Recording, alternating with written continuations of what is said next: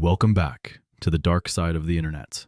Tonight, we're diving into a friendship that didn't just burn, it exploded in the most public way possible. To the writer, Jung_it, I have to ask, was it really a mistake or was it subconscious revenge? You followed your best friend to a motel, caught her in her lowest moment, and then, accidentally or not, you hit send to all. You didn't just rat her out, you broadcasted her downfall to everyone she knows. From a decade of inseparable friendship to a viral meme and a ruined reputation. Was she a pick-me, or was she just a concerned friend caught in a drunken disaster? You're going to want to hear every detail of this one. This story comes straight from r/stories by writer Jung_it. If you're ready for the fallout, smash that like button and subscribe for more tea. Let's get into it. Didi and I have been friends for 10 years now. She is this introverted girl, shy and timid kind of person. And me being an extrovert, we became inseparable pretty quickly. Both of us were made for each other. She calms me down and I hyped her up. Last year, August, I was in my apartment and I hear this knock at midnight. I opened to find Didi. She looked lost and depressed. I asked her what was the problem, and I came to know about a fight she had with her boyfriend who lived with her. I was tired of these fights and gave her a room to stay. She stayed for 2 days and went back to stay with her boyfriend. He is a really nice guy. Our personality is pretty similar. We liked same kind of music and movies. Whenever the three of us are in a room, Didi barely talks. It's just us and our never-ending conversations on various topics of interest. The same week, I was invited to their place for drinks. We were drinking, and I just happened to say that it wasn't right of Didi to leave home after a fight at midnight because it's dangerous. And her boyfriend agreed. Didi suddenly lashed out on me, started calling me jealous and nosy. She said that I always take her boyfriend's side because I was a pick-me.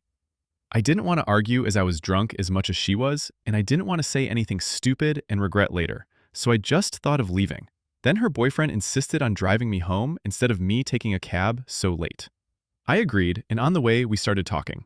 It was just some random conversation, but we were so invested that we decided to take a long drive before he dropped me off.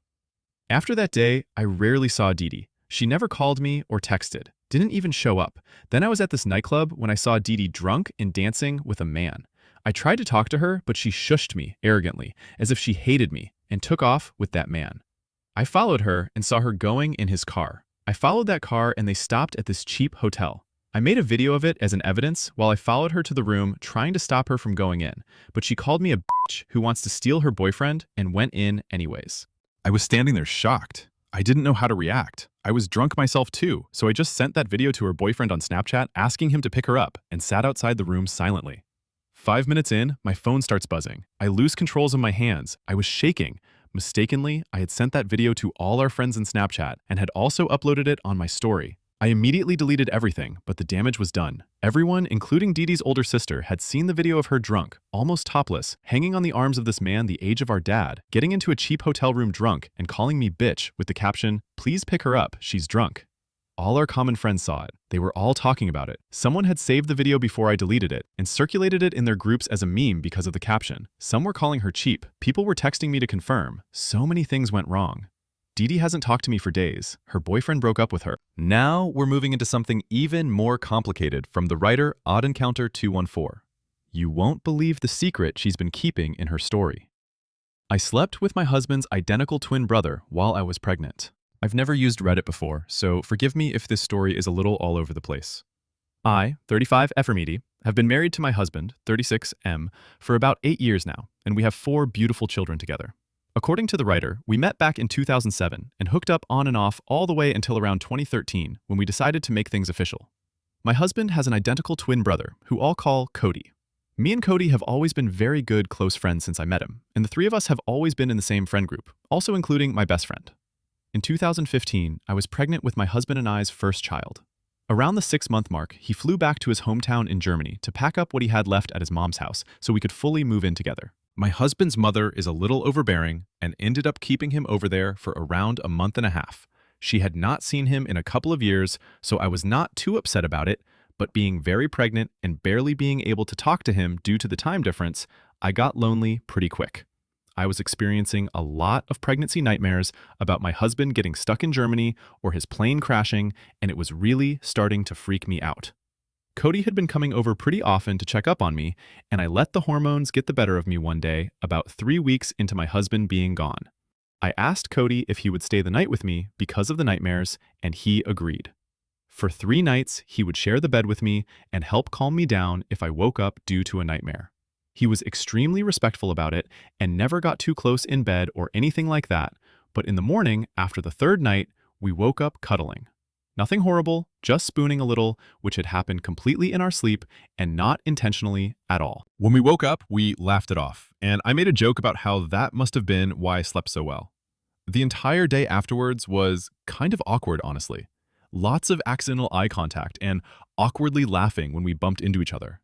When it was around the time we were going to bed, I turned off the lights and laid down on my side of the bed, and Cody laid on his side, but he was noticeably closer than normal.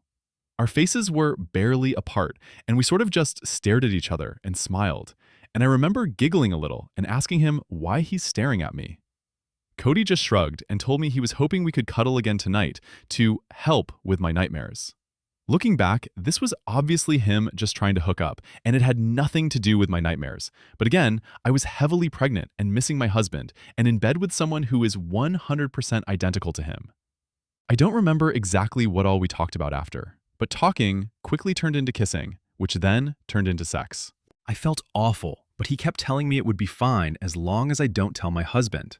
I agreed to take this to the grave, and for the next 3 weeks, me and Cody would occasionally have sex here and there, and every single time I told him we cannot keep doing this, but ultimately never stopped myself when it would happen again. When my husband finally came home, me and Cody acted as if nothing had ever happened, and my husband has never found out.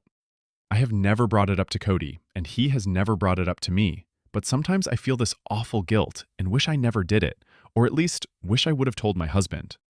At this point, I'm not really sure there is anything worth doing anyways, considering it happened so long ago, and I don't want to ruin my husband's relationship with his brother or my own marriage. Every secret has a cost, and sometimes silence is the heaviest price of all.